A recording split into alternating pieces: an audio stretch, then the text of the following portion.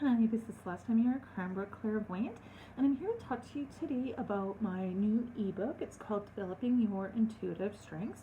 And so many people I talk to, even in readings, have a lot of their own intuitive strengths.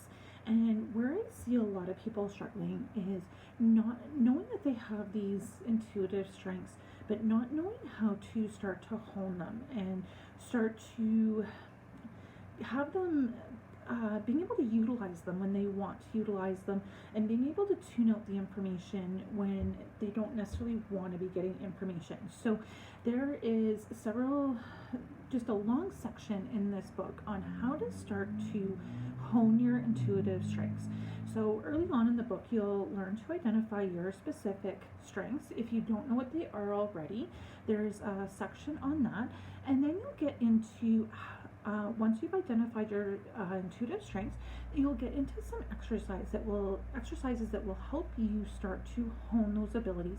And it'll give you specific exercises that you can do to start to improve your abilities, start to tune into them when you really want to get that information, and be able to tune it out when you don't necessarily want to be inundated or overwhelmed with that information. And I've had a couple of people order the book already, and they've gotten back to me and said that the exercises were so helpful in being able to take their existing strengths and start to really build on those. And the side effect of that is to be able to really start to increase their confidence level and start to increase their trust level that they have with their intuitive abilities, because that's where I see a lot of people struggling as well. Is they know they have these abilities, but a lot of times people lack confidence in those abilities, and a lot of that comes from even our social conditioning.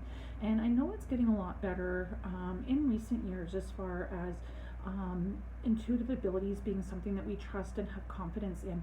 But I know even when I was growing up, it wasn't something that was necessarily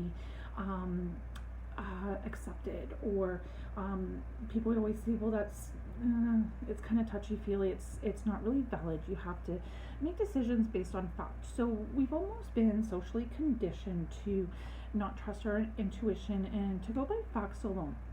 And I'm not saying that we should make decisions solely based on our intuition. We have to use facts and data as well. But absolutely, having that gut feel will help us make better decisions. So a lot of these exercises are really meant to help you strengthen those of your already existing abilities and being able to start to build that trust and confidence. So I'm going to put the details for how to order this book in the caption, and there's tons of other information in there as well.